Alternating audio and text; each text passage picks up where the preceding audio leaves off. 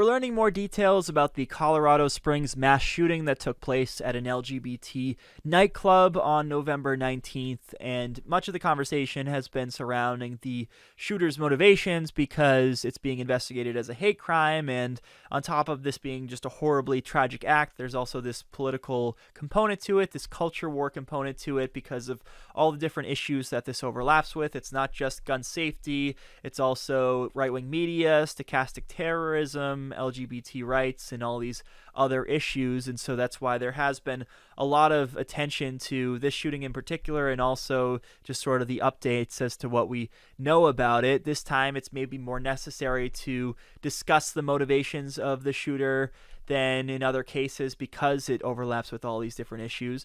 There's also the concern that this specific type of mass shooting could happen in the future because the right is responding to it by stoking the fire. They're fear-mongering even more about gender-affirming care. For example, here's Tucker Carlson doing just that on his Fox News propaganda show. So these horrifying murders in Colorado over the weekend quickly became a pretext for yet more censorship of your speech. You are responsible for this, they told you, because you said the wrong things. You are guilty of stochastic terrorism, inspiring violence by your beliefs. Anderson Lee Aldrich committed mass murder because you complained about the sexualizing of children. Every time you object to Drag Time Story Hour for fifth graders, or point out that genital mutilation is being committed on minors, which it is, every time you say that, you are putting people's lives at risk. So Tucker here talking about the sexualizing of children and genital mutilation to rile up his audience, essentially. He acts like his audience is being under attack by these people who think that there are right-wing media hosts who are stochastic terrorists, and also this has to do with free speech somehow.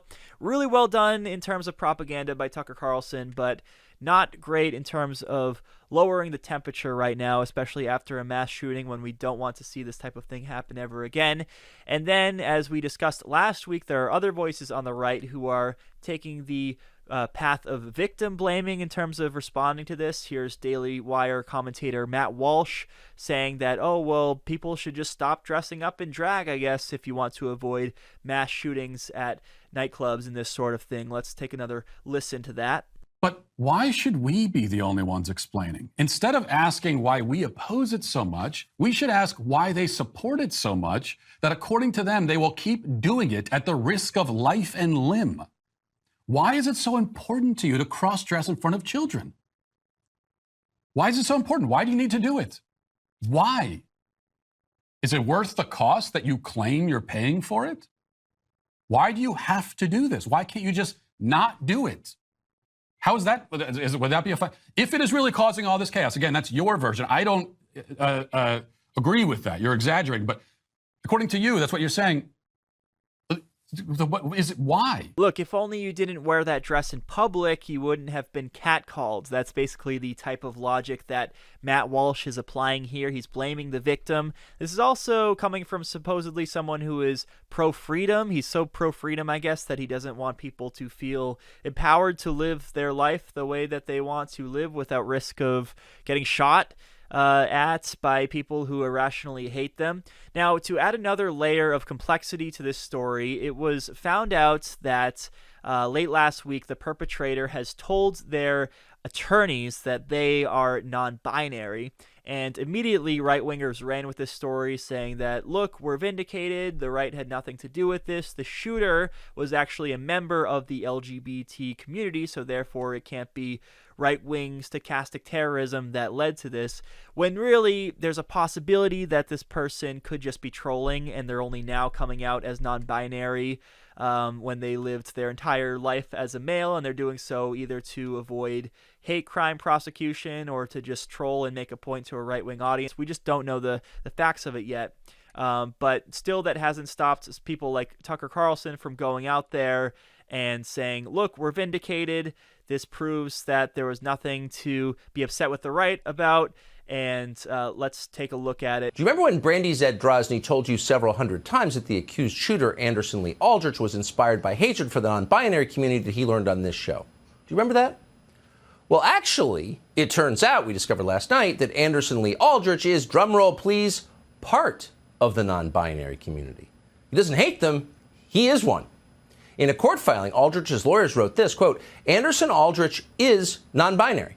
They use they, them pronouns, and for the purposes of all former filings will be addressed as Mix Aldrich. Mix Aldrich. That's the shooter, the non-binary shooter. Let that sink in. So look at Tucker Carlson there, just believing this thing whole cloth, saying that, oh yeah, the shooter could not have been a right-wing person trying to commit an anti-LGBT hate crime because they themselves identify as non-binary. Now, I'm not going to discount the possibility that this person legitimately is non-binary, but it all seems very convenient that we're only hearing about this now from the person after they've committed this horrible act, and now that they're being investigated for potential hate crimes. Like, this could easily just be the person trolling and trying to get a rise out of these types of figures like Tucker and play into the culture war. And you best believe that if it turns out that this is a hoax and this person really never was non-binary, doesn't actually identify this way, well, Tucker won't really have all that much egg on his face because he just won't talk about this ever again. That's what we normally see happen with these types of things. And they can also just act as if like, oh, well, this makes the left look bad anyway, because see how messed up it is that anyone can just say that they are non-binary or just say that they're a man or say that they're a woman and everyone else has to believe them, even though that's not strictly speaking what the left's position is. It's if you give a legitimate effort to live a certain way or another, then you should be respected as whoever you identify as. But it doesn't mean that you can shoot a bunch of people at a nightclub and then all of a sudden claim that you're non-binary and then everyone has to believe you at your word. I mean, clearly you can be skeptical about that sort of thing. But that's the latest on the right wing and their reaction to this Colorado Springs shooting. They are blaming the victims. They are saying more horrible things about gender-affirming care. They're talking about how the left wants to sexualize children, and they're claiming that, oh, we actually don't have anything to worry about on our side because clearly this person was part of the LGBT community. Just absolutely despicable what has been coming from the right on this issue in the past couple of weeks.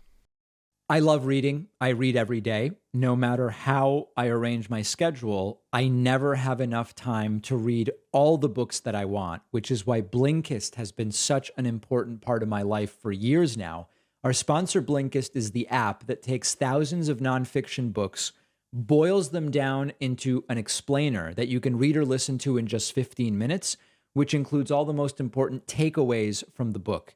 With Blinkist, I can absorb the essence of 15 different books in an afternoon, so I can quickly gather insights from all sorts of perspectives, make connections, have those kind of aha moments that don't happen so easily, which is why I feel enriched when I use Blinkist. Blinkist also summarizes episodes of popular podcasts into 15-minute explainers, and with the Blinkist Connect feature, my girlfriend and I can share one account, share books, podcasts with each other, talk about them on the go. And don't forget, Blinkist makes the perfect holiday gift. My audience can try Blinkist free for 7 days and get 25% off after that. Go to Blinkist.com/Pacman. The link is down below.